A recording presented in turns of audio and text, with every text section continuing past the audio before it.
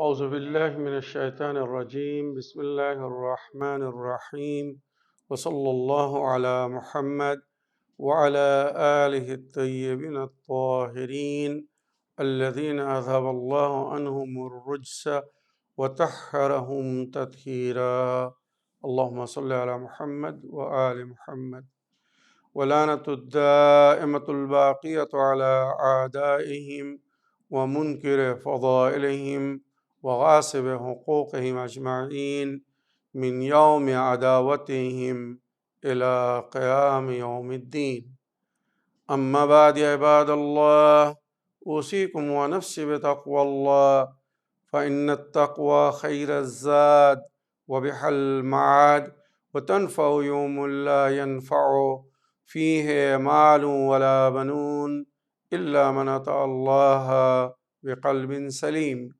وصلى الله على محمد وعلى آله الطيبين الطاهرين أما بعد আমার প্রিয় দর্শক ও শ্রোতাবৃন্দ আসসালামু আলাইকুম ওয়া রাহমাতুল্লাহি ওয়া বারাকাতুহু।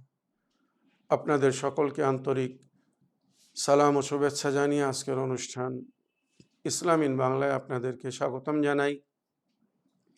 আশা রাখি আপনারা যে যেখানে আছেন ভালো আছেন, কুশল ও মঙ্গলে আছেন, সুখে থাকুন, শান্তিতে থাকুন, সমস্ত প্রকারের দুঃখ কষ্ট থেকে মুক্তিতে থাকুন।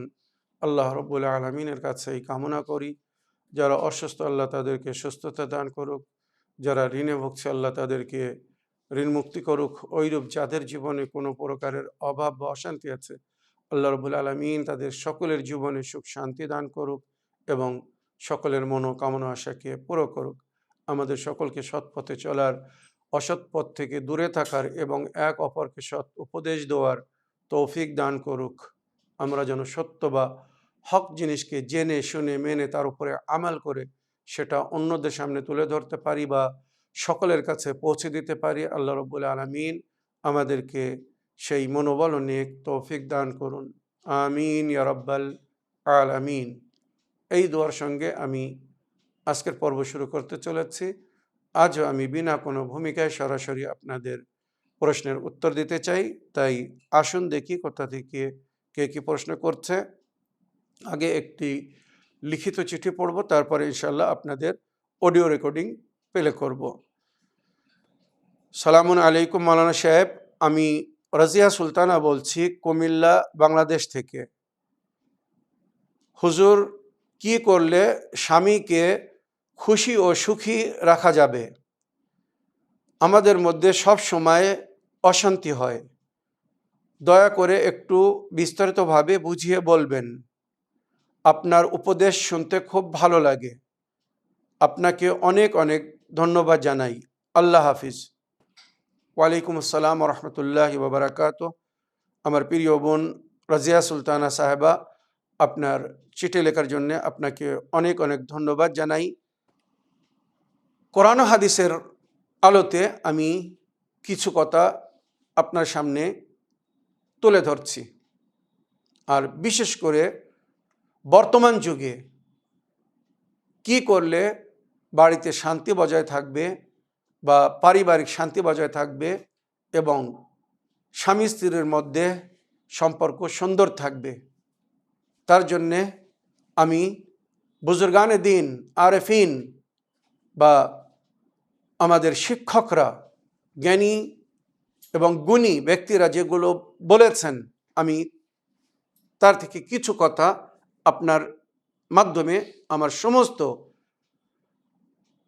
বোনদের, ভাবিদের জন্যে, আপাদের জন্য বলতে চাই। যদি এই কথাগুলো তারা মেনে চলেন, পারিবারিক জীবন সুন্দর জীবন হবে, সংসারে শান্তি বজায় থাকবে, স্বামী স্ত্রী এক অপরের সঙ্গে মধুর জীবন যাপন করতে পারবেন। আমি এই কথাগুলো পরস্পর বলছি, যেগুলো উর্দুতে লিখেছি বা লেখা আছে, আমি বাংলায় এর ব্যাখ্যা করব, যাতে আপনাদের সঙ্গে সঙ্গে আমাদের উর্দু দর্শকবৃন্দরাও এর থেকে লাভবান হতে পারেন।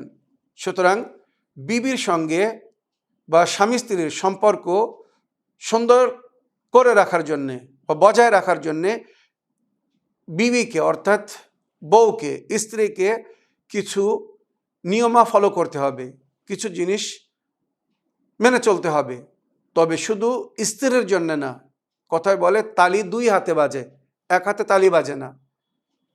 কিছু জিনিস স্ত্রীকে করতে হবে, তো কিছু জিনিস স্বামীকে করতে হবে, কম্প্রোমাইজ করতে হবে, তারপরে জীবন সুন্দর হবে।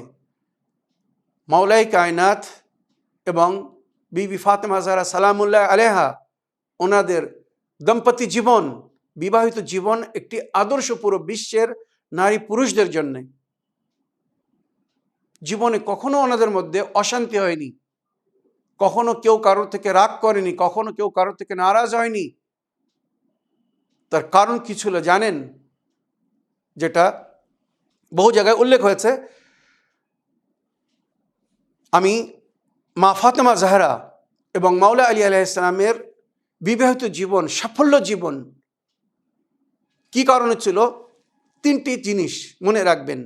আর এ বিষয়ে আমি বিস্তারিত আলোচনা করেছি, যেটা এভাবে উল্লেখ হয়েছে যে মাওলায়ে কায়নাত হযরত আলী আলাইহিস সালাম এবং ওনার স্ত্রী ফাতেমা জাহরা সালামুল্লাহ আলাইহার সাফল্য বিবাহিত জীবনের কারণ কি ছিল।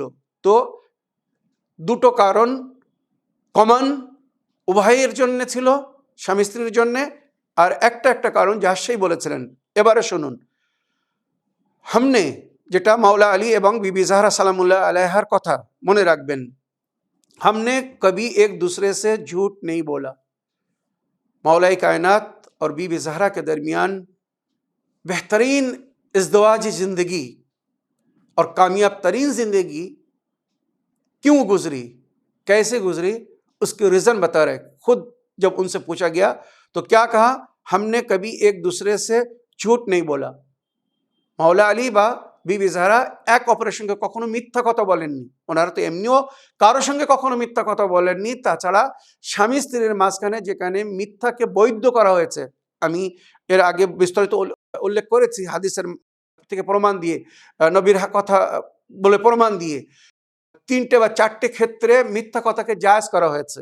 যেমন কোরআনে উল্লেখ হয়েছে বিভিন্ন আয়াতের মধ্যে বা নবীর হাদিসের মধ্যে, দুজনের মধ্যে সন্ধি করানোর জন্য, কম্প্রোমাইজ করানোর জন্য যদি মিথ্যে কথা বলতে হয়, তো সেখানে মিথ্যা কথাকে মন্দ বলা হয়নি, ভালো বলা হয়েছে।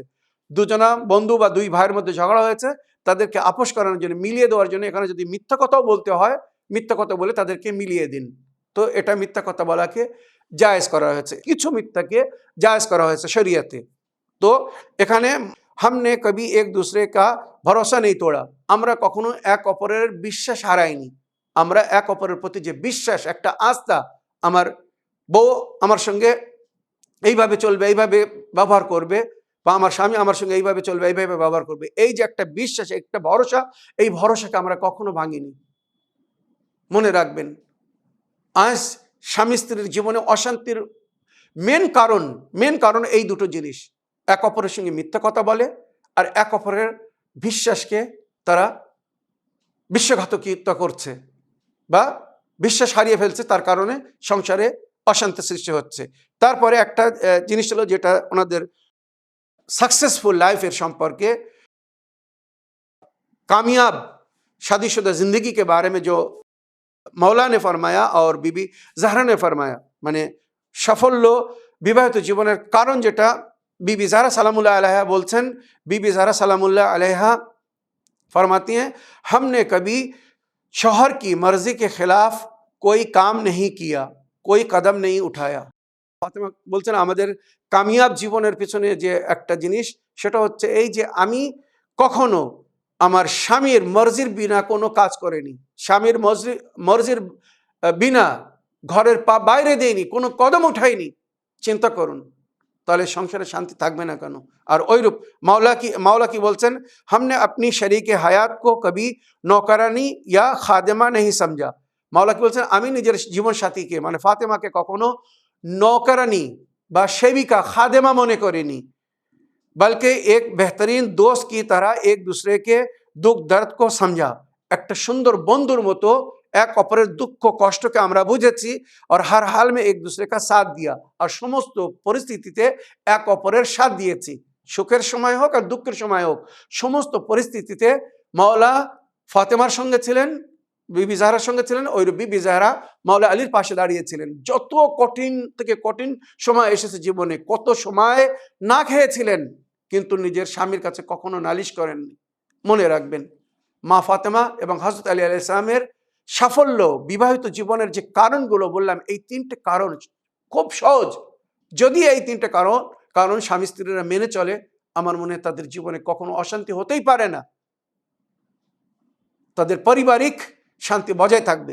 স্বামী স্ত্রীর সম্পর্ককে সুন্দর করে রাখার জন্যে কিছু উপদেশ এখানে আমি দিতে চাই আমার ভাবিদেরকে, বোনদেরকে। আশা রাখি যদি এর উপরে আমাল করা হয় তো তাদের জীবন, পারিবারিক জীবন, স্বামী স্ত্রীর জীবন সুন্দর জীবন হবে। 1 নম্বর, খাওয়ান কা এতেমাদ হাসিল করে। সর্বপ্রথম নিজের স্বামীর বিশ্বাসকে পাওয়ার চেষ্টা করবেন, স্বামীর ভরসা জিতবেন।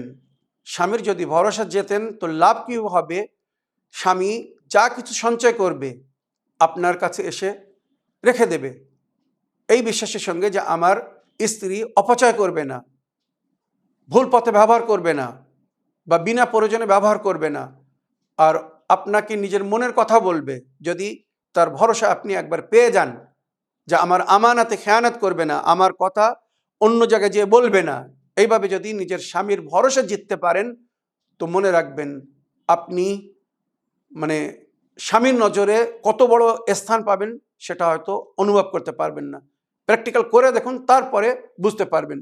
তো 1 নম্বর, স্বামীর ভরসা জেতার চেষ্টা করুন, স্বামীর বিশ্বাসকে পাওয়ার চেষ্টা করুন। বিশ্বাস হারাবেন না স্বামীর নিকটে। বিশ্বাস যদি কেউ একবার হারিয়ে ফেলে তো মনে রাখবেন সব কিছু হারিয়ে ফেলবে সে। 2 নম্বর, খাওয়ান কো মোহব্বত সে তসখির করে, মানে স্বামীকে ভালোবাসার মাধ্যমে, প্রেম এবং ভালোবাসার মাধ্যমে তাকে আপন করে নিন, আপন করে রাখুন। স্বামীকে যদি সম্মান বা যত্ন, ভালোবাসা যেটা তার হক অধিকার, সেটা যদি আপনি না দেন, স্বামীকে যেভাবে সম্মানের নজরে দেখতে বলা হয়েছে, তার সঙ্গে যেভাবে ভালোবাসার সঙ্গে কথা বলতে বলা হয়েছে, বা যেভাবে মেলামেশা করতে বলা হয়েছে, যদি সেই সম্মান, সেই মর্যাদা, সেই ভালোবাসা তাকে না দেন, সে আপনার থেকে আস্তে আস্তে দূরে চলে যাবে। আপনার প্রতি তার মায়া, মহব্বত বা ভালোবাসা কম হয়ে যাবে। তো মহব্বতের মাধ্যমে নিজের স্বামীকে ধরে রাখতে বলা হয়েছে, তাস্কির করতে বলা হয়েছে। লাগাই বুঝাই আর শুনি শোনাই বাতো সে পরহেজ করে। এদিক থেকে কেউ বললো, ওদিক থেকে কেউ বললো, ননদ কিছু বললো, অন্য যা ভাবিরা কিছু বললো, প্রতিবেশীরা কিছু বললো, স্বামীর সম্পর্কে কেউ কিছু বললো, আপনি সেই কথা শুনে স্বামীর সঙ্গে ঝগড়া করছেন। লাগান ভাগান থেকে যত দূরে থাকবেন জীবনে তত শান্তি থাকবে। না আপনি কারোর কথা কারোর সঙ্গে বলবেন, না কারোর কথায় আপনি কান দেবেন। মনে রাখবেন, স্বামী স্ত্রীর মধ্যে সম্পর্ক যদি সুন্দর রাখতে চান তো লাগাই বুঝাই আর শুনি শুনাই বাতোं पर এতেমাদ না করে। কোনো বিষয় হলে সঙ্গে সঙ্গে নিজের স্বামীর কাছে জিজ্ঞাসা করুন, এমন কথা শুনেছি, আপনি বলুন, আপনি সাহেবে মামেলা, আপনি যেটা বলবেন আমি সেটাকে সত্য মনে করব। তারপরে বাচ্চোं की तरबियत का ख्याल रखे। স্বামীর ছেলেদের, মানে তারও ছেলে সন্তানদের ভালো তরবিয়ত দিতে হবে।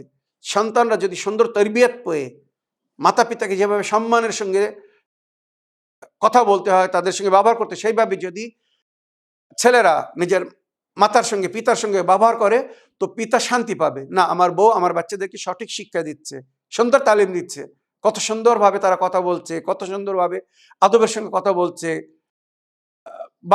বাইরে থেকে পিতা ফিরে এসেছেন, পিতার হাতে কোনো জিনিস আছে, তারা নিয়ে নিচ্ছে, আপনি কেমন আছেন, দিন কেমন গিয়েছে। স্বামী বাইরে থেকে এসেছে তো স্ত্রীর কর্তব্য আগে তার ভালো মন্দ জিজ্ঞাসা করুন।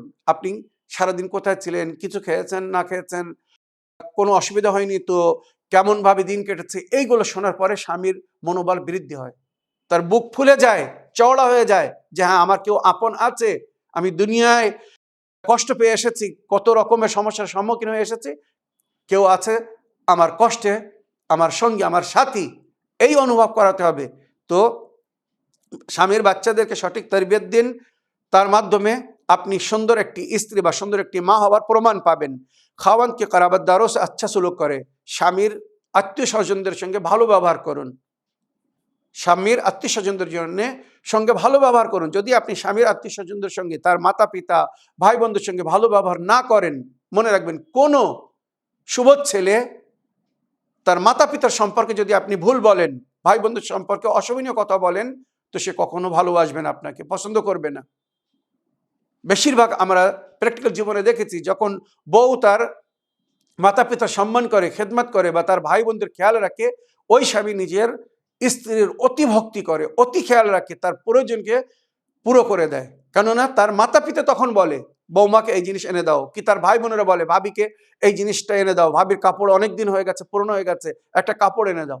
কিন্তু যদি সে তার ভাই বোনদের খেয়াল না রাখে, মাতা পিতার খেয়াল না রাখে, তো ওই মাতা পিতারা কিন্তু নালিশ করে বা ভাই বোনরা নালিশ করে, তখন ওই বউকে শুনতে হয়তো ভালো লাগে না।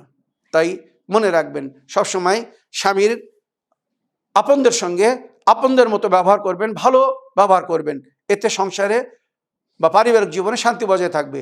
रिश्तेदारों के यहाँ सिला रहमी की नियत से जाएं और पर्दे का लिहाज रखें। আত্মীয় স্বজনদের ওখানে যখন যাবেন, সাক্ষাৎ করতে যাবেন, তো সেলাই রাহমি যাকে আত্মীয় স্বজনদের সঙ্গে সম্পর্ক বজায় রাখা, যতটুকু সম্পর্ক বজায় রাখলে যথেষ্ট বজায় রাখবেন, মনে রাখবেন। তবে পর্দার, ইসলামিক পর্দার খেয়াল রাখবেন। আত্মীয় বলে যে তার সামনে যে বেপর্দা হয়ে যাবেন, পরপুরুষদের সামনে, সে যতই বড় আত্মীয় হোক না কেন, যদি সে মেহরাম না হয়, মেহরাম যার সঙ্গে বিবাহ হারাম, তাছাড়া অন্য পরপুরুষদের সঙ্গে যাদের সঙ্গে বিবাহ সম্ভব, পর্দায় থাকতে বলা হয়েছে ইসলামে। বেপর্দায় যদি থাকেন তো এটা গুনাহগার হবেন। আর খোদা না করুক স্বামীও যদি বলে, মনে রাখবেন স্বামীর হুকুম মানা শরীয়তে ফরজ, তবে স্বামী যদি আল্লাহর হুকুমের বিরুদ্ধে, নবীর হুকুমের বিরুদ্ধে, শরীয়ত বিরোধী কোনো হুকুম দেয়, সেখানে স্বামীর কথা মানা ফরজ না। স্বামীর কথা কখনো মানবেন না। স্বামী যদি নামাজ পড়তে মানা করে, রোজা রাখতে মানা করে, ফরজ রোজা, আপনি তার কথা শুনতে পারবেন না। স্বামী যদি পর্দা করতে মানা করে, আপনি তার কথা শুনতে পারবেন না। স্বামী যদি গান শুনতে বলে, হারাম নাজিস কিছু খেতে বলে, আপনি সেটা করতে পারবেন না। তো খোদার বিরুদ্ধে স্বামীর ইতাত নই, খোদার সঙ্গে যদি স্বামীর ইতাত করা যায় সেটা করবেন। তো স্বামীর রিশতেদারদের সঙ্গে সম্পর্ক রাখুন, যতটা সম্পর্ক রাখা শরীয়ত ইসলামে বৈধ করা হয়েছে। আর পর্দা কায়েম রাখবেন। খাওয়ান কো পরেশানিকে ওয়াক্ত তাসাল্লি দে, স্বামীকে যখন কোনো অশান্তির মধ্যে দেখবেন, দুঃখ কষ্টের মধ্যে দেখবেন, তাকে সান্ত্বনা দিবেন, তার পাশে দাঁড়াবেন, তার পাশে বসবেন, তাকে সাহস দেবেন, তার সঙ্গে সহানুভূতি জানাবেন। এভাবে তার মনোবল বৃদ্ধি হবে। সে ভাববে যে কেউ তো আমার পাশে আছে। স্ত্রী, স্বামী স্ত্রী এক অপরের জন্য জীবন সাথী বলা হয় কেন, লাইফ পার্টনার কেন বলা হয়েছে? সুখ দুঃখে সমস্ত পরিস্থিতি তারা এক অপরের সঙ্গে কোঅপারেট করবে, এক অপরকে সমর্থন করবে, সাপোর্ট করবে। হ্যাঁ, অন্যায়তে কেউ কারোর সাপোর্ট করবে না বা করতে বলা হয়নি, কোরআনে বরং মানা করা হয়েছে। তাওয়ানু আলাল বিররি ওয়াত তাকওয়া, নেকিতে বা আল্লাহর ভয় করে চলায় এক অপরের সহযোগিতা করো। ওয়ালা তাআওয়ানু আলাল ইসমি ওয়াল উদওয়ান, অন্যায়, পাপে, জুলুম ও অত্যাচারে যেন কেউ কারোর সাথ দিও না। তো স্বামী যদি স্ত্রীকে অন্যায়তে সমর্থন দিতে বলে, বা স্ত্রী যদি স্বামীকে অন্যায়তে সমর্থন দিতে বলে, এই অবস্থায় যেন কেউ কারোর সাথ না দেয়। শহর কো সদকা খয়রাত কি তরকিব দিলাতে রহে, মানে স্বামীকে নেকির দিকে আমন্ত্রণ জানাবেন। সবসময় যদি আপনি স্বামীকে নেকির দিকে আমন্ত্রণ জানান, তো স্বামী আপনার শ্রদ্ধা করবে, সম্মান করবে, যে দেখো আমার স্ত্রী কত ভালো, কখনো খারাপ কাজের জন্য বলে না, সিনেমা দেখতে নিয়ে যেতে বলে না, গান শুনতে যেতে বলে না, যাত্রা দেখতে যেতে বলে না।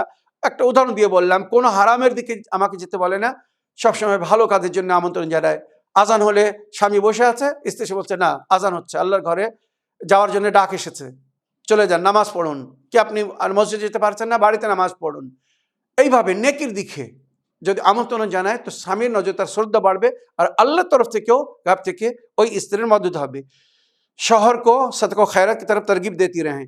खाने को जिक्र ও ফিকরকে সাথ পাকায়, খাদ্য মন দিয়ে যখন রান্না বাড়া করবেন, মন দিয়ে। অনেক সময় আজকাল যেগুলো ঘটছে বা অশান্তির কারণ হচ্ছে, নুন দিতে ভুলে গেছে, তেল দিতে ভুলে গেছে, ঝাল বেশি করে দিয়ে দিয়েছে, নুন বেশি করে দিয়েছে, কেন? মোবাইল দেখছে, টিভি দেখছে, মন কান রান্নার দিকে নেই, রান্না চুলোর উপরে চড়িয়ে অন্য কাজে ব্যস্ত হয়ে যাচ্ছে, তার কারণে রান্না খারাপ হয়ে যাচ্ছে, আর পারিবারিক জীবনে অশান্তির কারণ হচ্ছে। অনেক বুজুর্গানরা বলেছেন, স্বামীর অন্তরে প্রবেশ করো খাদ্য প্রদানের মাধ্যমে, মানে তাকে এত সুন্দর খাদ্য দাও, পানাহার করতে দাও, সে খেয়ে যেন খুশি হয়ে অন্তর প্রশংসা করে। এটাই মনে রাখবেন, বেশি গুরুত্ব রাখে। তো খানে কো জিক্র ও ফিকিরকে সাথ পাকায়, মানে খাওয়ার সময় আল্লাহর জিকির করুন, মানে রান্না করার সময় আল্লাহর জিকির করতে থাকুন, আর মন দিয়ে রান্না করুন। এতে রান্না সুন্দর হবে, বরকত হবে। বিসমিল্লাহ বলে কাজ শুরু করুন, রান্নায় বরকত হবে। কখনো ওই খাদ্য অগুণ হবে না, অগুণ করবে না। মনে রাখবেন, কাম কো ওয়াক্ত পর সমেটনে কি আদত ডালে, সমস্ত পারিবারিক কাজ, সংসারের কাজ সময়ের মধ্যে শেষ করুন। এতে সংসারে শান্তি বজায় থাকবে। দুপুরের খাওয়া যদি 4টের সময় দেন, কি সকালের কাজ যদি দুপুরে করেন কি বৈকালে করেন, এটা কিন্তু পারিবারিক অশান্তির কারণ হয়, যেটা আমাদের প্র্যাকটিক্যাল জীবনে আমরা অনেক সময় দেখি যে এই কাজটা সকালের কাজ কিন্তু এখনো হয়নি, এই কাজটা দুপুরের কাজ সন্ধ্যা হয়ে গেছে কিন্তু এখনো হয়নি। তাই বলা হচ্ছে সমস্ত কাজকে সময়ের মধ্যে করার চেষ্টা করুন, যতটা আপনার মধ্যে সম্ভব আপনার জন্য আপনি সক্ষম। ইন্নাল্লাহ লা ইউকাল্লিফু নাফসান, আল্লাহ কোন নফসকে তার ক্ষমতা বেশি কষ্ট দেয় না। মুশকিল হচ্ছে বান্দা অনেক সময় ওভারলোড চাপিয়ে দেয়, যেটা না করতে পারলে রাগ করে। এরা বোকা, এরা ভুল ধারণার মধ্যে। নারীদের একটা ক্যাপাসিটি আছে, তারাও মানুষ, মেশিনের মতো সে কাজ করে, সারাদিন কাজ করে। পুরুষদের তো সপ্তাহে কিছু আধ দিন ছুটি থাকে, কোনো ফেস্টিভ্যাল হলে পুরুষরা ছুটি পায়, অফিস থেকে ছুটি পায়, বাড়ির কাছ থেকে ছুটি পায়। নারী বা মা বাড়িতে রবিবারের দিনেও তাকে কাজ করতে হয়, ছুটির দিনেও তাকে রান্না করতে হয়, সব। তাই বলে সবার জীবনে ছুটি আছে, মায়েরদের জীবনে ছুটি নেই, তারপরেও কিন্তু তারা সবকিছু করছে। এবারে যদি স্বামীরা, ছেলেরা এগুলো না বোঝে, তো আল্লাহর নিকটে তাকে উত্তর দিতে হবে, জবাব দিতে হবে। তাই আমি অনেক সময় বলি, মাঝে মধ্যে বউ বাচ্চাদেরকে নিয়ে বেড়াতে যান, তারাও মানুষ, তারাও ক্লান্ত হয়ে যায়, তাদেরকে নিয়ে বেড়াতে যান। কখনো পানাহারের ব্যবস্থা বাইরে কোথাও করুন, কি কোথাও থেকে পানাহারের ব্যবস্থা করে বাড়ি নিয়ে আসুন। বলে যান যে আজকে রান্না করার দরকার নেই, আমি আজ বাইরে থেকে কিছু নিয়ে আসবো। একদিন তো তাকে একটু আরাম দিন।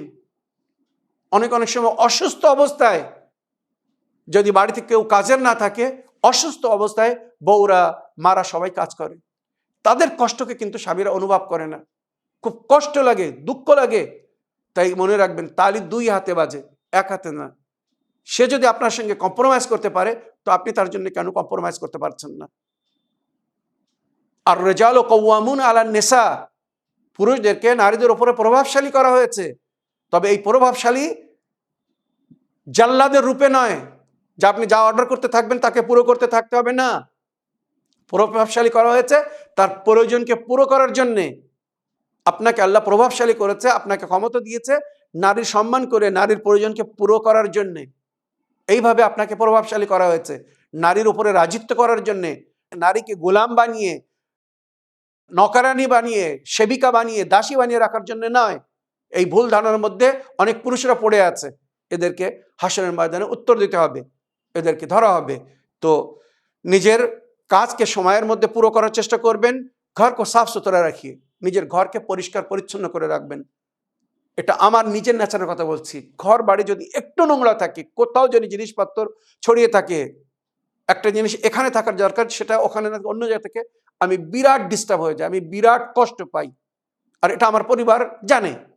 সুতরাং আমার বাড়ি পৌঁছানোর আগে সমস্ত জিনিস নির্ধারিত জায়গায় রাখবেন, বা ঘরবার পরিষ্কার পরিচ্ছন্ন করে রাখবেন। কারণ আমি নোংরাকে একদম পছন্দ করি না, একদম সহ্য করতে পারি না। আমি যেমন মিথ্যাকে সহ্য করতে পারি না, বা বিদ্রূপ কথা মানে খুব কষ্ট দেয়, ওইরূপ নোংরামো আমি আমার জীবনে কখনো নোংরামোকে আমি পছন্দ করতে পারিনি। এক পরিবেশে কিছুদিনের জন্য গিয়েছিলাম, বাধ্য হয়ে 6 মাসের মধ্যে সেই পরিবেশ থেকে শুধু এই জন্য আমি বাইরে চলে এসেছিলাম যে সেখানকার পরিবেশ ছিল জঘন্য, মুসলিম এরিয়া, কিন্তু দুঃখের বিষয় এত নোংরা, মানে জায়গার নাম নিতে পারছি না, বলতে পারছি না, তবে মানে বেদনা কষ্টের সঙ্গে সেখান থেকে বেরিয়েছে। যেখানে ইসলাম বলছে আর নেজাফাত মিনাল ঈমান, পরিষ্কার পরিচ্ছন্নতা ঈমানের অংশ। যদি কেউ পরিষ্কার পরিচ্ছন্ন না থাকে, তার মানে সে মুমিন না। আর মুসলমানদের এলাকায় গিয়ে দেখুন, সব এরিয়া না, তবে অধিকাংশ মুসলমানদের এরিয়া নিজের জঘন্যতার জন্য বদনাম। এটা বড় বেদনা, কষ্ট, সেই জন্য বলতে হচ্ছে। घर बाड़ी के परिष्कार परिच्छन्न करे राखुन। फोन पर मुख्तसर बात करने के आदत डाले, एटाও কিন্তু যুগের সমস্যার মধ্যে একটা সমস্যা।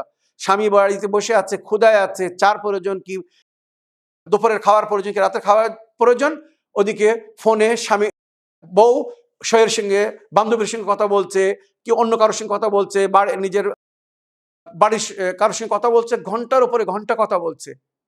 এটা কিন্তু বিরাট কষ্টদায়ক হয়, বিরাট অসুবিধার কারণ হয়। অনেক স্বামীরা ধৈর্য ধরে সবর করে, আবার অনেক স্বামীরা এর জন্য খুব রাগ করে। 2 মিনিট 5 মিনিট কথা বলে ছেড়ে দিন, 15 মিনিট 20 মিনিট, এমনকি আমি 1 ঘন্টা কথা বলতে দেখেছি বউদেরকে, 1 ঘন্টা, তারও বেশি হবে, তা কম না। এবারে বলুন এই ধরনের কাজ তার স্বামীকে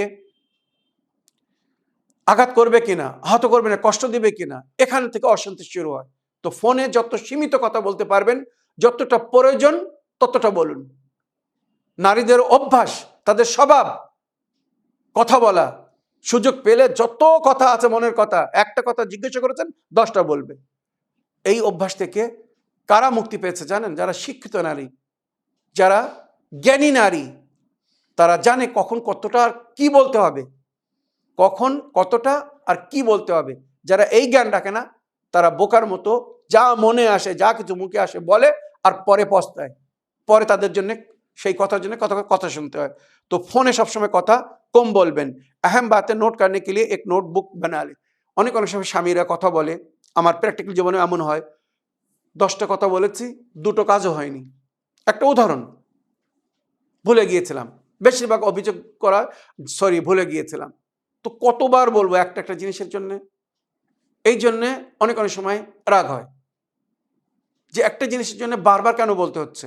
তো স্বামী যদি অফিসে যাওয়ার সময় আপনাকে 2-3টে কাজের জন্য বলেছে, তো ওটাকে একটা ডায়েরিতে নোট করে নিন। কাজও সুন্দর হবে, সময়ের মধ্যে হবে। আমার স্বামী আমাকে এই কাজগুলো বলে গেছেন, মনে করুন কাপড় একটা ইস্ত্রি করে দিতে হবে, কি তার এই একটা কাজ করে দিতে হবে, যা একটা কিছু, এগুলো লিখে নিন।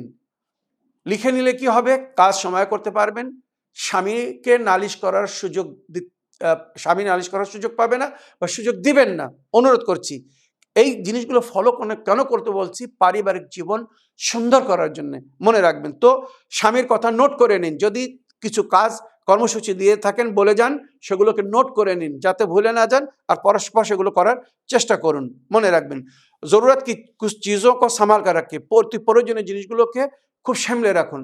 অনেক সময় লাপরওয়াহি করার কারণে ভালো জিনিস, প্রয়োজনীয় জিনিস নষ্ট হয়ে যায়। প্রয়োজনের সময় সেটাকে পাওয়া যায় না, আছে ঘরে কিন্তু খুঁজে পাওয়া যাচ্ছে না, কেননা সেটাকে সামলে রাখা হয়নি, ফেলে রাখা হয়েছিল, কোথা থেকে কোথা চলে গিয়েছে। না, প্রয়োজনীয় জিনিস সবসময় সামলে রাখবেন। প্রয়োজনের সময় সঙ্গে সঙ্গে সেটাকে যদি উপস্থিত করে দেন, স্বামী আঘাত পাবে না, কষ্ট পাবে না। কিন্তু তার প্রয়োজনের সময় যদি তাকে না দিতে পারেন, জিনিসটা বাড়িতে আছে কিন্তু অবহেলা করে এমন জায়গায় রেখে দিয়েছেন, সে এখন আর খুঁজে পাচ্ছেন না, এর জন্য অশান্তি হবে। কিন্তু খেয়াল রাখবেন। তো বলা হচ্ছে সবসময় প্রয়োজনীয় জিনিসগুলোকে সামলে রাখুন, গুছিয়ে রাখুন, সুন্দর করে রাখুন। খাওয়ান কো দোয়াओं के साथ रुखसत किया करे। খাওয়ান কো দোয়াओं के साथ रुखसत किया करे, মানে স্বামীকে দুয়ার সঙ্গে রুখসত করবেন। বাড়ি থেকে যখন অফিসে যাচ্ছেন, সফরে কোথাও যাচ্ছেন, আল্লাহ করুক আপনি যেন শান্তির সঙ্গে যান। সাদকা দিন, আগে তার তরফ থেকে হেফাজতের জন্য সাদকা দিন, তারপরে তার সামনে এইভাবে বলুন, আল্লাহর হেফাজতে যান, আল্লাহ হাফিজ, খোদা হাফিজ, ফি আমানিল্লাহ, যেটা আমরা আরবিতে বলি, রুখসত করার সময় বলতে হয় ফি আমানিল্লাহ, আল্লাহর হেফাজতে দিলাম আপনাকে, আপনি শান্তিপূর্ণভাবে যান, হেফাজতের সঙ্গে যান, শান্তিপূর্ণভাবে ফিরে আসুন। যখন স্বামীর সামনে আপনি এইভাবে উচ্চস্বরে তার জন্য দোয়া করবেন, দোয়া দিবেন যে আমার বউ আমাকে দোয়া দিচ্ছে, আমি যেন শান্তিপূর্ণভাবে যাই, কাজে যেন সফল হই, সুন্দরভাবে যেন সমস্ত কাজ করে ফিরে আসতে পারি, তার মনে একটা বল আসবে, মনোবল বৃদ্ধি পাবে, সে খুশি হবে, আনন্দ। কাজ যদি নাও হয় তো কমসে কম তার মনে একটা শান্তি থাকবে যে আমি যখন বাড়ি থেকে বাইরে হচ্ছিলাম, যেমন মা দোয়া দেয়, বাপ দোয়া দেয়, ওইরূপ আমার স্ত্রীও আমাকে দোয়া দিয়েছেন, আমি যেন সফল হয়ে আসি, সুন্দরভাবে কাজ করতে পারি, হেফাজত থাকি, কোনো বালা মুসিবতে যেন গ্রেফতার না হই। তো এইগুলো মনে রাখবেন। ছোট জিনিস কিন্তু অনেক অর্থ রাখে। তো বাড়ি থেকে যখন স্বামী রওনা হবে, তাকে দুয়ার নিচে রওনা করবেন। খাওয়ানকে আনে সে পহলে আপনি আপকো সাফ সুতরা করলেন। স্বামী বাড়িতে ফিরে আসার আগে, অনেক সময় বাড়িতে কাজের সময় কাজ করতে গিয়ে পরিধান নোংরা হয়ে যায় বা অবস্থা অন্যরকম হয়ে যায়। তো স্বামীকে ফিরে আসার আগে নিজের মানে পরিধানকে চেঞ্জ করুন বা নিজের পরিবেশকে অবস্থাকে পরিবর্তন করুন, এমন অবস্থায় নিজেকে নিয়ে আসুন যেটা দেখলে আপনার স্বামী খুশি হবে, আনন্দ হবে। স্বামীর জন্যে আকর্ষণের কারণ হন, মনে রাখবেন, অ্যাট্রাক্টিভ বানে আপনি শহর কে লিয়ে। নিজের স্বামীর জন্যে আকর্ষণের কারণ হন, তার নজর দৃষ্টি যেন আপনার দিকে যায়। যদি আপনি তার সামনে, সে ফিরে এসেছে, তার সামনে যদি দাসের রূপে দাঁড়িয়ে থাকেন, নকল রূপে, কাপড় ময়লা, যেটা দেখে নিকটে আসতে মন চাবে না, দুর্গন্ধ যদি আসে, খোদা না করুক, একটা উদাহরণ বলছি বোঝানোর জন্য শুধু, তখন স্বামী আস্তে আস্তে দূরে চলে যাবে। স্বামীকে ফিরে আসার আগে সুন্দর কাপড়, পরিষ্কার কাপড় পরুন। নতুন কাপড় পরতে হবে কোনো শর্ত না, পরিষ্কার কাপড় পরুন। যদি বাড়িতে আতর, পারফিউম, সেন্ট কিছু থাকে লাগান, যেগুলো স্বামীকে আকর্ষিত করবে। নিজেকে সাজান, গোছান। মনে রাখবে, এই যে মেকআপ বা সাজগোজ নারীর জন্য বৈধ শুধু নিজের মেহরামদের জন্যে, পরপুরুষদের জন্য সাজা জায়েজ না। আর যেটা বেশিরভাগ অধিকাংশ নারীরা যখন ঘরের বাইরে যায়, মেলায় যায়, বিয়ে শাদিতে যায়, অনুষ্ঠানে যায়, তো অন্যদেরকে দেখানোর জন্য সেজে গুছে যায়, যেটা শরীয়তে জায়েজ না, অবৈধ, হারাম। আর যার জন্য শাস্তি বলা হয়েছে, স্বামীর জন্য, তার সামনে দাসীর মতো হয়ে দাঁড়িয়ে আছে, খাদেমার মতো হয়ে দাঁড়িয়ে আছে। তার জন্য আকর্ষণের কারণ হন, সম্মানের পাত্র হন, শ্রদ্ধার পাত্র হন, ভালোবাসার পাত্র হন। সে আপনাকে যেন দেখে তার মন আপনার দিকে টানে, এমন হতে হবে। তারপরে স্বামী স্ত্রীর জীবন সুন্দর হবে। তো খাওয়ান কি জরুরত পুরি করনে মে কোই তারাদ্দুদ না করে, আর স্বামীর প্রয়োজনকে পুরো করায় যেন কখনো দ্বিমত হবেন না। সে যদি আপনাকে নিজের পাশে দেখতে চায়, আপনি তার জীবন সাথী। আর কোরআনে এটাই স্বামী স্ত্রীর হক, অধিকার হয়েছে, লেতাসকুন ইলাইহা। স্বামী স্ত্রীর সম্পর্ক কি, এক অপরের থেকে যেন তারা সুকুন পায়, শান্তি পায়, শান্তি লাভ করে। তো স্বামী স্ত্রী যদি এক অপরের থেকে শান্তি না পায়, শান্তি লাভ না করে, তো কিসের স্বামী স্ত্রী? তাদের জীবন নরকের চেয়ে তো অদম হয়ে যায়, যারা এক অপরের জন্য শান্তির কারণ না। তো নিজের স্বামীর জন্য শান্তির কারণ হন, সে যেন আপনাকে পাশে পেয়ে শান্তি পায়। আর কখন হবে? যখন আপনি তার জন্যে ওইভাবে নিজেকে প্রস্তুত রাখবেন যেভাবে সে আপনাকে দেখতে চায়। বুদ্ধিজীবীর জন্য ইশারা যথেষ্ট। তো স্বামীর অধিকারকে পুরো করতে কখনো তারাদ্দুদ বা সংকোচ করবেন না, মানা করবেন না স্বামীকে। ঘরকে আন্দার এক জায়গা মুসল্লে কে লিয়ে মখসুস করে, বাড়িতে একটা নামাজের জায়গায় নির্ধারিত করবেন, নামাজের জায়গা, যেটা আমাদের বাড়িতে আমরা করি সবসময়, একটা জায়গা ফিক্স আছে, এই জায়গাটায় আমরা নামাজ পড়ি। ওই জায়গাটা সবসময় পাক পরিষ্কার রাখা উচিত, কোনো প্রকারের নেজাসাত সেখানে যেন না যায়, আর তাতে বরকত হয় আর জীবনে শান্তি আসে। তো বাড়িতে একটা নামাজের জায়গা ফিক্স করবেন। আপনি দিল কা গম ফকত আল্লাহকে আগে বয়ান করে, জরুরি হতো খাওয়ান সে শেয়ার করেন। নিজের দুঃখ কষ্ট সবসময় নিজের প্রতিপালকের সঙ্গে বয়ান করবেন, যে দুঃখ কষ্টকে নিবারণ করে। আর তারপরে যদি কারোর সঙ্গে শেয়ার করতে চান, তো নিজের জীবন সাথী স্বামীর সঙ্গে সুখ দুঃখের সাথে যে তার সঙ্গে শেয়ার করুন। তবে দুঃখের কথা স্বামীকে না বলে যদি অন্য জায়গায় বলেন, আর পরে স্বামী যদি সেটা জানতে পারে, উনি তখন কষ্ট পাবেন, আঘাত পাবেন, যে আমাকে না বলে আপনি বাইরে কেন বললেন, অন্যকে কেন বললেন, মাতা পিতাকে কেন বললেন, বাপের বাড়ি লোকদেরকে কেন বললেন। এই অশান্তির কারণ যেন হবেন না। সুখ দুঃখ এক অপরের সঙ্গে শেয়ার করবেন। আর শেষ কথা, আজকের এই প্রশ্নের উত্তর বলতে চাই, अगर खालिक की नाफरमानी होती हो तो मखलूक की इताअत ना करे।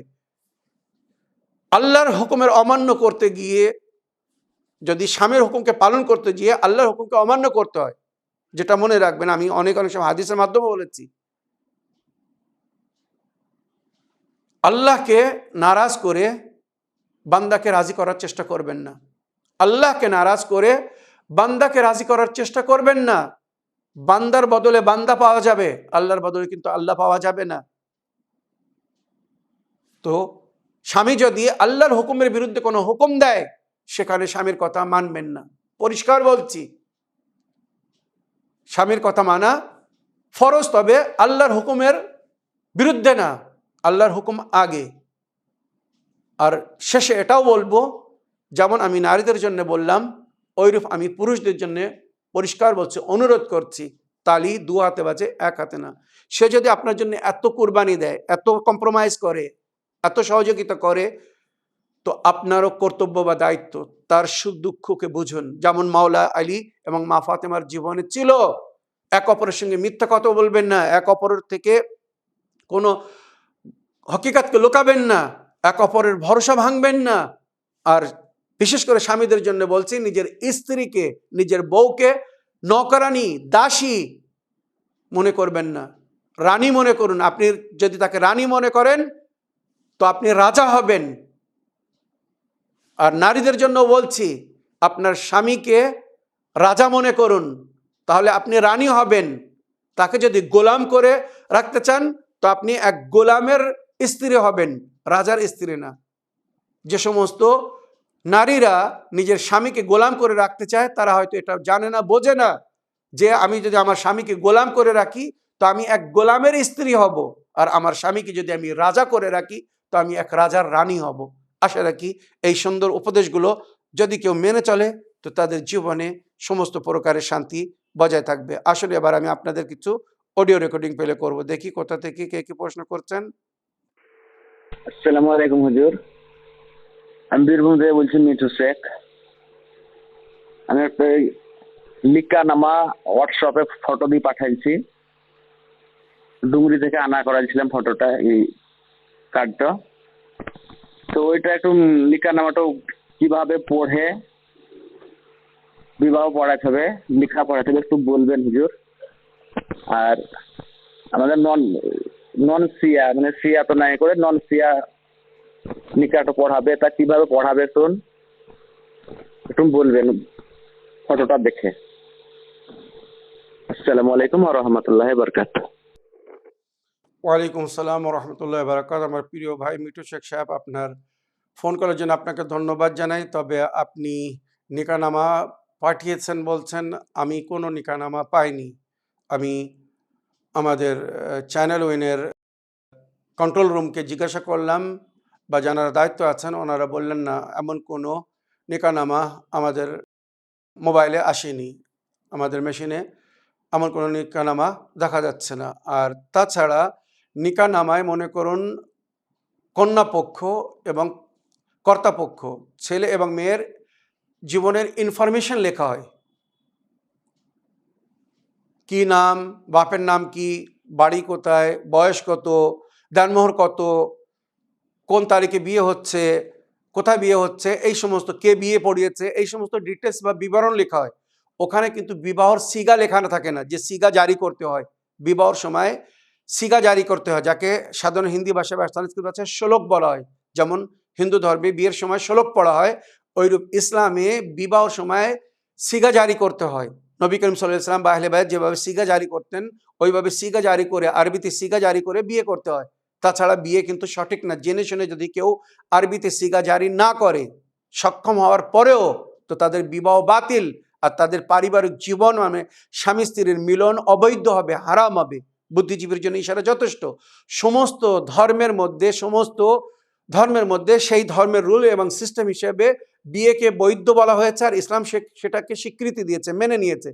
হিন্দু ধর্মের মধ্যে যেভাবে বিবাহ হয় তাদের বিবাহ তাদের ধর্ম হিসেবে ঠিক, খ্রিস্টানদের মধ্যে যেভাবে বিবাহ হয় তাদের ধর্ম হিসেবে যেভাবে বিয়ে হচ্ছে সেটা ঠিক, সমস্ত জাতের মধ্যে যেভাবে তাদের। তবে ইসলামে যেভাবে বিয়ে করতে বলা হয়েছে সিগা জারি করে, যদি জেনে শুনে তার বিরুদ্ধে কেউ যায় বা সেইভাবে সিস্টেমেটিক ইসলামিক নিয়ম পদ্ধতিকে যদি মেনে না চলে, ওইভাবে বিবাহ না হয়, তো তাদের বিবাহকে অবৈধ বলা হয়েছে। বুদ্ধিজীবীর জন্য ইশারা যথেষ্ট। তো আপনারা যদি সঠিক বিবাহ করাতে চান তো সিগা জারি করান। সিগা শিখতে হয়, সিগা পড়তে হয়, সিগা লিখে মুখস্থ করতে হয়, বা যারা মৌলভী বা মাওলানা পড়ে তাদেরকে ওই সিগা প্র্যাকটিস করতে হয়। সঠিক সিগা না পড়লে তার বিবাহ সঠিক হবে না। এখানে শুধু মাওলানা এক হুজুর পান সুপুরি হাতে দিয়ে ছেলেকে জিজ্ঞাসা করে, যেগুলো আমি অনেক সময় আমার আহলে সুন্নাত ভাইদের বিয়েতে অংশ নিয়ে সেখানে দেখেছি, অমুকের সঙ্গে এত দানমোহর তোমার বিবাহ হচ্ছে, কবুল কবুল, আর কিচ্ছু না, কবুল হয়ে গেল, বিবাহ হয়ে গেল। কি মেয়েকে বলছে অমুককে তুমি তোমার স্বামীর রূপে কবুল করছো এই দানমোহরে, কবুল বললো, কবুল শুধু ওই ইজাব ও কবুল আসল সিগা পড়ে জারি করতে হয়, যেটা হয় না। স্বামী স্ত্রী নিজেরা যদি সিগা না জারি করতে পারে, ওকিলের মাধ্যমে, দুই মাওলানার মাধ্যমে সিগা জারি করা থাকে। একজন মাওলানা উভয় পক্ষ থেকে ওকিল হয়ে সিগা জারি করে। এটাই হচ্ছে শরীয়তের বিয়ের নিয়ম।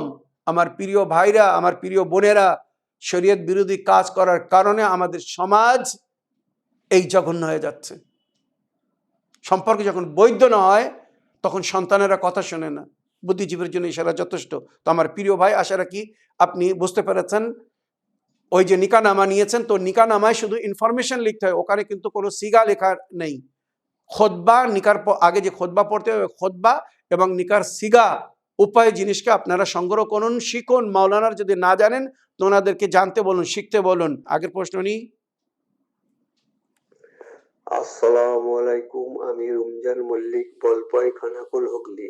মৌলানা সাহেব, তসবির পড়ার ব্যাপারটা একটু বলবেন যে 24 ঘন্টার ভিতরে কোন টাইমে তসবির পড়া যাবে না।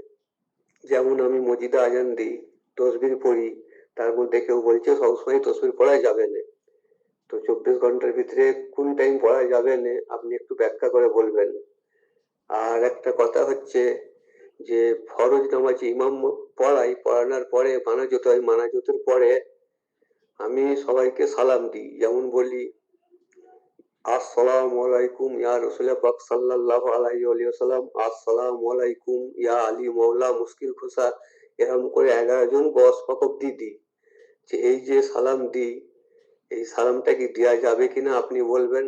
এই সালাম দেওয়ার পরে আমি উঠে আবার সুন্নত নফল নামাজ পড়তে আরম্ভ করি, তো আপনি এটা একটু ব্যাখ্যা করে বলবেন, যদি বলেন খুব খুশি হব। আসসালামু আলাইকুম ওয়া রাহমাতুল্লাহ বরকাতুহু। ওয়ালাইকুম আসসালাম রহমতুল্লাহ বারাকাত। আমার প্রিয় ভাই রমজান সাহেব, আপনার ওয়াসমেলের জন্য আপনাকে ধন্যবাদ জানাই। ওয়াসাব্বিহুহু বুকরাতাও ওয়াসিলা, কোরআনে যেভাবে উল্লেখ হয়েছে সকাল সন্ধ্যা আল্লাহর জিকির করো, তাসবিহ তাহলিল সকাল সন্ধ্যা বেশি জিকির করতে বলা হয়েছে। মাঝে যদি দিনের বেলা সময় পান জিকির করতে পারবেন, তবে উত্তম সময় হচ্ছে সকালের নামাজের পরে আর এশা নামাজের পরে বেশি থেকে বেশি আল্লাহর জিকির করতে বলা হয়েছে, জিকির পড়তে বলা হয়েছে। আশা রাখি বুঝতে পেরেছেন কোন সময় আল্লাহর বেশি জিকির করা উচিত। আর তাছাড়া আপনি যেভাবে দরুদ সালামের কথা বলছেন বা পড়ছেন, মনে রাখবেন কোরআন ও হাদিসে মোহাম্মদ ও আলে মোহাম্মদের উপরে দরুদ ও সালাম পড়তে বলা হয়েছে। এছাড়া অন্য কারোদের উপরে দরুদ ও সালাম পড়ার হুকুম দেওয়া হয়নি। কোরআন ও হাদিসে মোহাম্মদ ও আলে মোহাম্মদের উপরে দরুদ ও সালামের হুকুম দেওয়া হয়েছে। আশা রাখি আপনার প্রশ্নের উত্তর পেয়েছেন বা নিজের কর্তব্য বা দায়িত্বকে বুঝতে পেরেছেন। আগের প্রশ্ন নিই। আসসালামু আলাইকুম মৌলানা, আমি বিশ্বনাথের মিনা বলছি। মৌলানা সাহেব, আপনি কেমন আছেন? ভালো থাকুন, সুস্থ থাকুন, ভালো থাকুন, আল্লাহ আপনাকে ভালো রাখুন, আল্লাহ আপনাকে সবসময় ভালো রাখুন।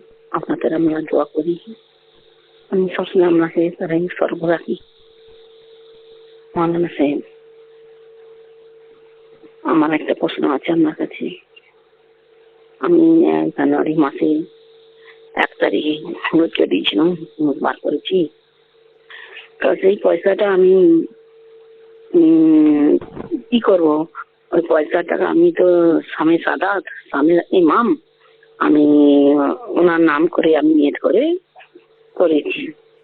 তো ফের আমি ওই পয়সাটা আমি ক্যানমিনে পাঠাবো, না আমার আত্মীয় স্বজন করিও আছে, আমাকে আমার কাছ থেকে সব অনেক তারা দেখতে হয়, দেখভাল করতে হয় আমাদের।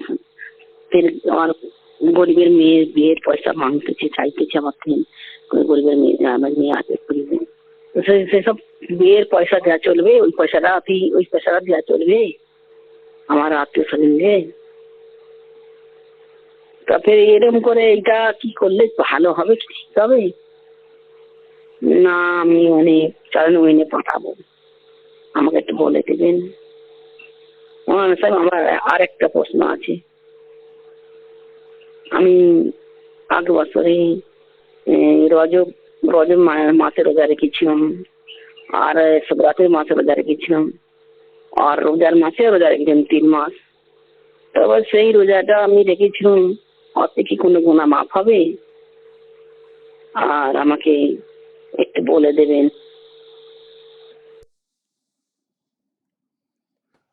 ওয়ালাইকুম আসসালাম রহমতুল্লাহ বারাকাত। আমার প্রিয় আপা, আপনার ফোন কলের জন্য আপনাকে অসংখ্য ধন্যবাদ জানাই। আপনি দুটি বিষয় জানতে চেয়েছেন। 1 নম্বর বিষয় ছিল আপনি জানুয়ারি মাসের 1ম তারিখে খুমুস বাইর করেছেন, তো ওই খুমুস আপনি কোথায় দিবেন? আপনার আত্মীয় স্বজনদের মধ্যে অনেকেই গরিব অসহায় আছে, বিয়ে শাদীর প্রয়োজনে যদি আপনি দিতে চান দিতে পারবেন কিনা? তো খুমুসের দুটি অংশ, 50%কে সামে সাদাত বলা হয় আর 50% সামে ইমাম।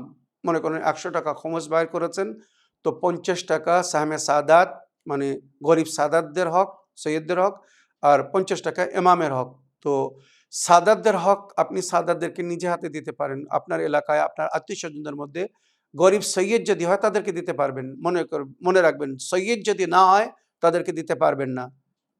জাকাত গড় সৈয়দদের জন্যে, জাকাত নন সৈয়দদের জন্যে, আর খুমুস সৈয়দদের জন্যে। জাকাত সৈয়দের উপরে হারাম, জাকাত সৈয়দকে দিতে পারবেন না। ওইরূপ খুমুসের পয়সা যেটা সৈয়দের হক, গড় সৈয়দকে দিতে পারবেন না। মনে রাখবেন, সাহমে সাদাত বিশেষ করে গড় সৈয়দকে দেওয়া হারাম। সাহমে সাদাত সাদাতের হক সাদাতকে দিতে হবে। তো আপনার আত্মীয় স্বজনদের মধ্যে হোক আর যেই হোক, সে যদি গরিব সৈয়দ হয় আপনি তাকে দিতে পারবেন। যদি গরিব না হয় আর সৈয়দ না হয় তো আপনি দিতে পারবেন না। হ্যাঁ, সাহমে ইমাম, ইমামের হক ইমামের নায়েবদের হাতে তুলে দিতে হবে, বা যাদের কাছে অনুমতি আছে, এজাজা আছে, তাদেরকে দিতে হবে। তাদের অনুমতিতে তাদেরকে দিতে পারবেন যারা প্রয়োজনীয়। সাদাত গায়ের সাদাত সবাইকে দেওয়া যাবে ইমামের পয়সা, তবে বিনা অনুমতিতে না। যা মুফতিগণদের কাছ থেকে, মুজতাহিদিনদের কাছ থেকে পারমিশন নিতে হবে যে আমি এই পয়সাটা সামি ইমাম অমুক জায়গায় খরচ করতে চাই, করতে পারবো কি না। ওনারা যদি অনুমতি দেন খরচ করতে পারবেন। তবে সাদাতের হক সাদাতকে দিতে হবে। যদি আপনার এলাকায় এগুলো না থাকে তো আপনি চ্যানেল উইনকে পাঠিয়ে দিন।